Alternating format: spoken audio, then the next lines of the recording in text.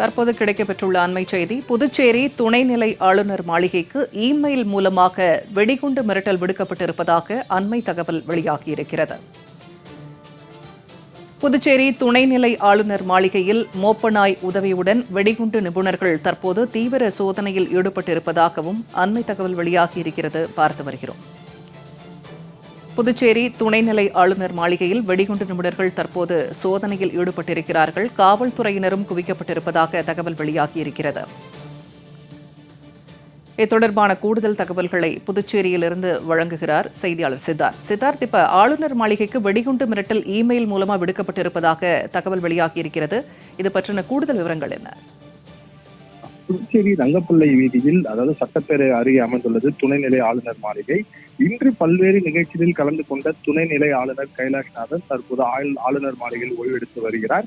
அவர் ஓய்வெடுத்து வரும் நிலையில் அவருக்கு சுமார் ஒரு அரை மணி நேரத்துக்கு முன்னாடி ஒரு மின்னஞ்சல் மூலமாக அவருக்கு இமெயில், அதாவது ஆளுநர் மாளிகையின் இமெயிலுக்கு ஒரு வெடிகுண்டு மிரட்டல் கடிதம் ஒன்று வந்துள்ளது. இதனை கண்ட ஆளுநரின் பாதுகாப்பு அதிகாரி உடனடியாக பெரிய கடை காவல் நிலையத்திற்கு தெரிவித்தார். இதனை அடுத்து பெரிய கடை காவல்துறையினர் வெடிகுண்டு சோதனை பிரிவுக்கு தகவல் தெரிவித்தனர். அதனைத் தொடர்ந்து மோப்பநாய் உதவியுடன் வெடிகுண்டு நிபுணர்கள் தற்போது ஆளுநர் மாளிகையை சோதனையிட்டு வருகின்றனர்.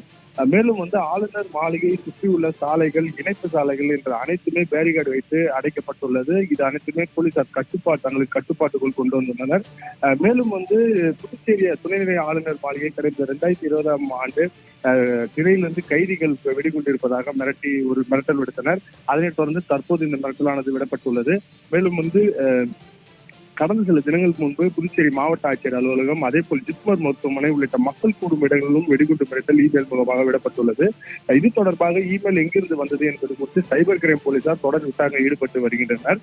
இந்த நிலையில் துணைநிலை ஆளுநர் கைலாஷ்நாதன் ஆளுநர் மாளிகை உள்ளே இருக்கக்கூடிய இந்த நிலையில் வெடிகுண்டு மிரட்டல் விடுக்கப்பட்டுள்ள சம்பவம் புதுச்சேரியில் ஒரு பரபரப்பை ஏற்படுத்தியுள்ளது. பூர்ணிமா, தகவல்களை பகிர்ந்து கொண்டமைக்கு நன்றி சித்தார்த்.